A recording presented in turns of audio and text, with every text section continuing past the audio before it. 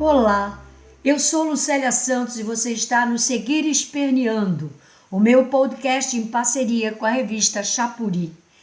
Neste 14º episódio, A Dor da Fome, vamos botar o dedo na ferida e tratar de uma situação que nos mata de vergonha e de indignação. Infelizmente, a fome no Brasil retomou os patamares de 2014, ano em que conseguimos sair do mapa da fome da ONU. Na quarta-feira, 22 de setembro, o jornal Extra estampou na capa a imagem visceral das consequências deste retrocesso injusto e cruel. A foto de um caminhão cercado por dezenas de pessoas garimpando ossos e pelancas de carne. Na Glória, no Rio de Janeiro, essa imagem chocou o país.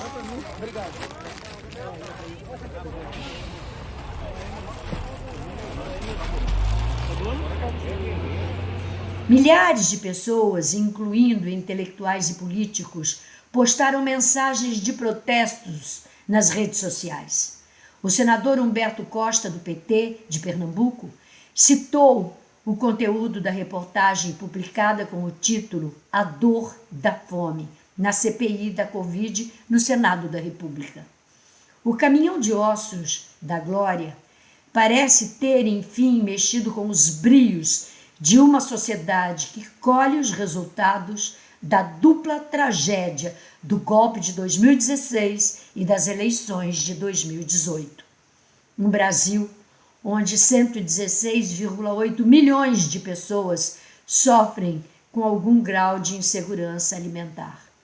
43,3 milhões não têm acesso suficiente a alimentos e 19,1 milhões literalmente passam fome, conforme levantamento feito pela Rede Brasileira de Pesquisa em Soberania e Segurança Alimentar e Nutricional, Rede Pensan, no ano de 2020.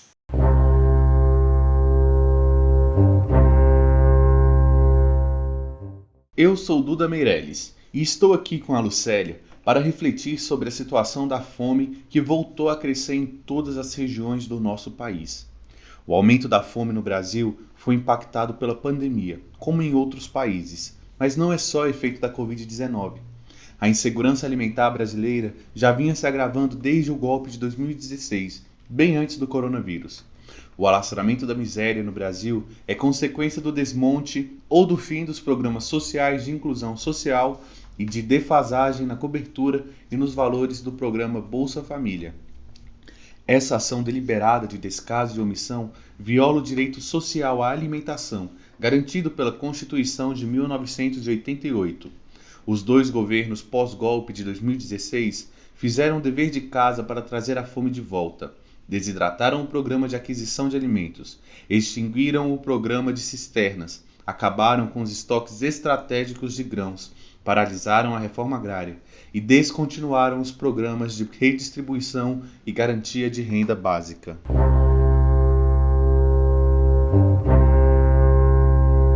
O programa Fome Zero, criado em 2003, no primeiro ano do mandato do presidente Lula, é considerado até hoje pela ONU como um dos programas de combate à fome mais bem-sucedidos no mundo todo.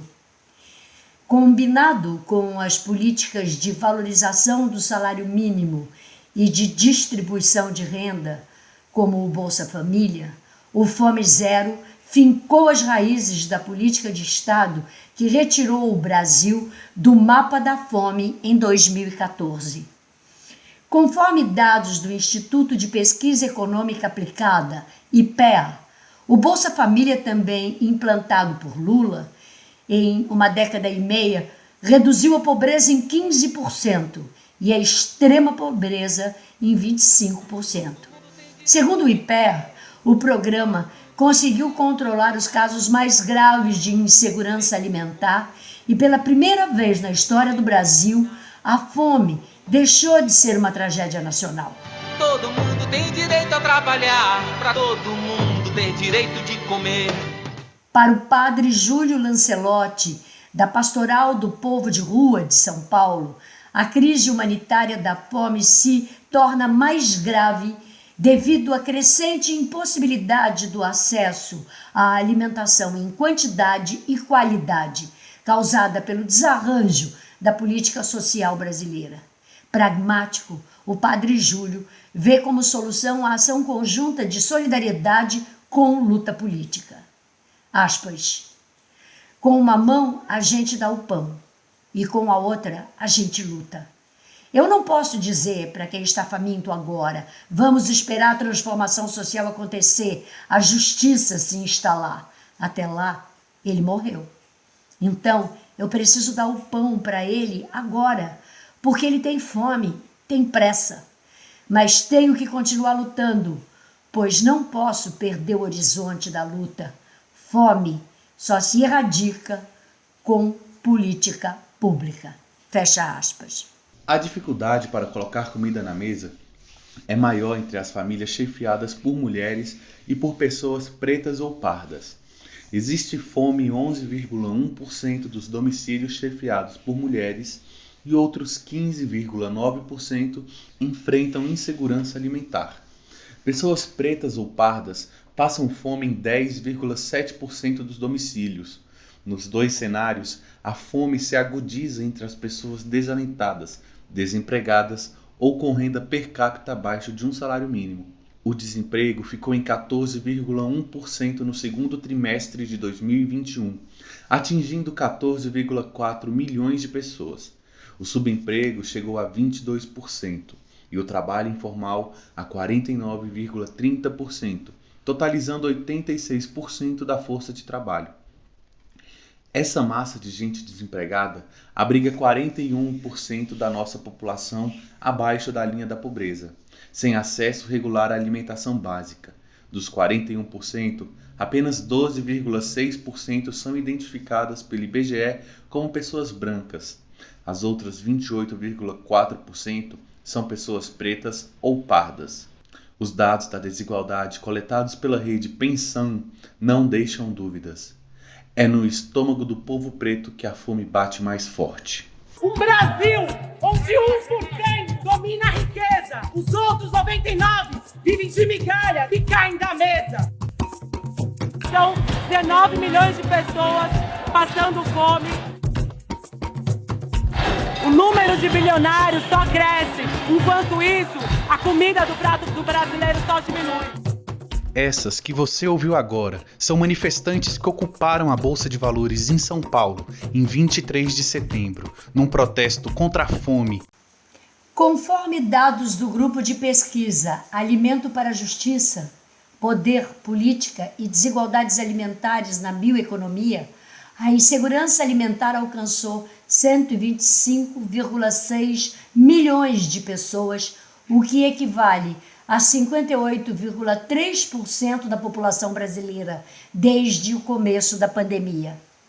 Em 2020, 23,5% da população deixou de comer ou precisou reduzir a quantidade e a qualidade dos alimentos ingeridos por falta de dinheiro. O número de pessoas passando fome aumentou de 10,3 em 2018 para 19,1 milhões em 2020.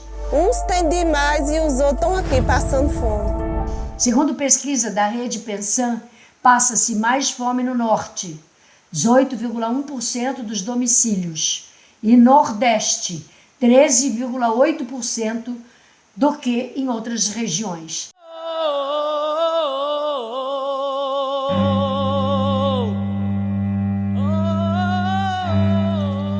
Nas outras regiões do país, os percentuais não chegam a 7%, ficando abaixo da média nacional de 9%. No campo, a situação é ainda mais crítica. A fome alcançou 12% dos domicílios na área rural, contra 8,5% em área urbana. Sofre mais quem tem menos acesso à água. A fome dobra, passando de 21,1 para 44,2% quando as famílias não têm água para produzir o próprio alimento. Mas não só os mais pobres foram impactados pela insegurança alimentar durante a pandemia. Comparando os dados do IBGE de 2018 e 2020, a Rede Pensan registra que a população de domicílios em situação de insegurança alimentar leve quase dobrou, passando de 20,7% para 34,7%.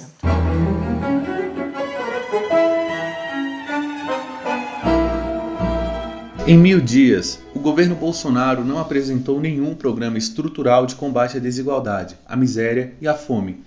O auxílio emergencial foi criado em abril de 2020 com o objetivo apenas de atender pessoas vulneráveis afetadas pela pandemia de Covid-19. Concedido inicialmente a 68 milhões de pessoas, ele foi pago em 5 parcelas de R$ 600 ou de R$ 1.200 para mães chefes de família, e depois foi reduzido pela metade, estendido até 31 de dezembro de 2020, em até 4 parcelas de R$ 300 ou R$ 600 cada. Entre janeiro e março de 2021, não houve pagamento do auxílio e a população que vinha sendo atendida ficou desamparada. O auxílio voltou a ser pago a partir de abril de 2021, mas para um público mais restrito, de 40 milhões de pessoas, e em valores ainda menores, variam de R$ 375 a R$ 150. Em julho de 2021, foi prorrogado por mais 4 meses. A última parcela do auxílio emergencial, com valor médio de R$ 200, será depositada pelo governo federal em outubro de 2021.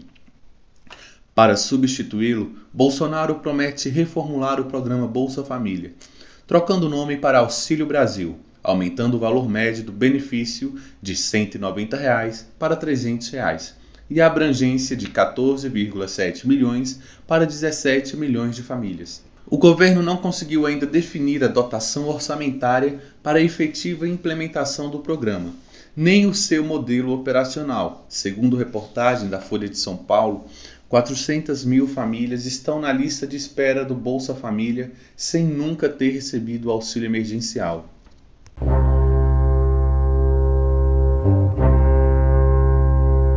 Com a volta da fome, a tábua de salvação do povo pobre tem sido a solidariedade.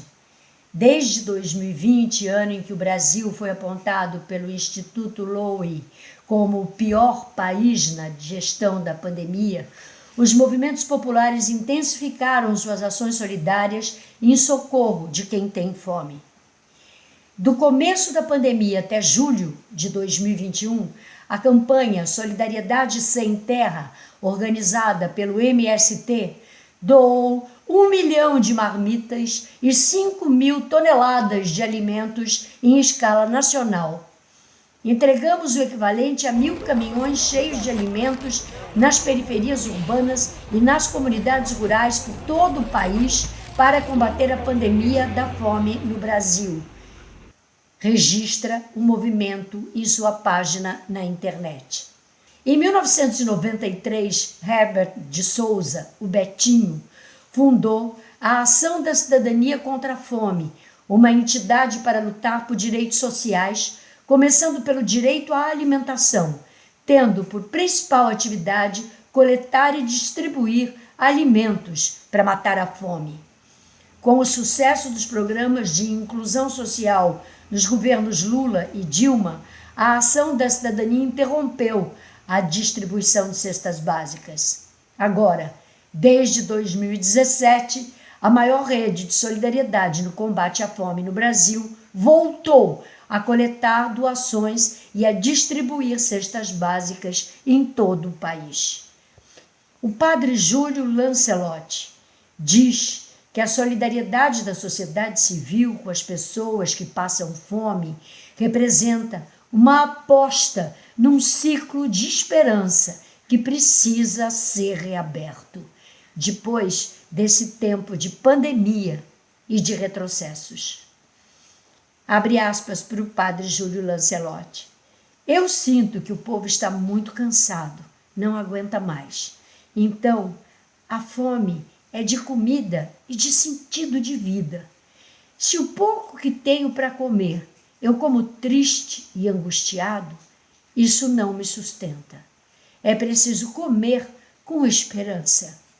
Fecha aspas. Assim completa o Padre Júlio.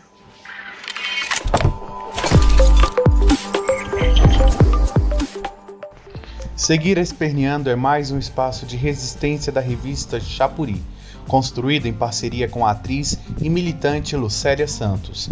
Este episódio, A Dor da Fome, resulta do esforço coletivo de Agamenon Torres, Ana Paula Sabino, Janaína Faustino, Lucélia Santos, Zezé Wais e eu, Duda Meirelles. O roteiro deste podcast foi construído com base em informações do Jornal Extra, Maurício Falavigna, Leonardo Boff, BBC News Brasil, Organização das Nações Unidas para a Agricultura, Instituto Brasileiro de Geografia e Estatística, Oxfam Brasil e Rede Brasileira de Pesquisa em Soberania e Segurança Alimentar e Nutricional.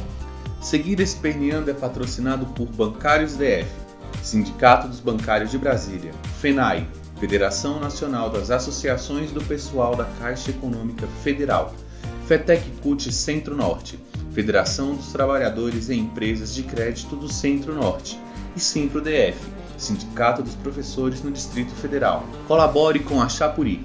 Visite nossa loja solidária em www.lojachapuri.info ou faça uma doação via Pix em contato@chapuri.info. Siga Lucélia Santos em suas redes sociais, @Lucélia Santos Oficial. Até o próximo episódio do Seguir Esperneando.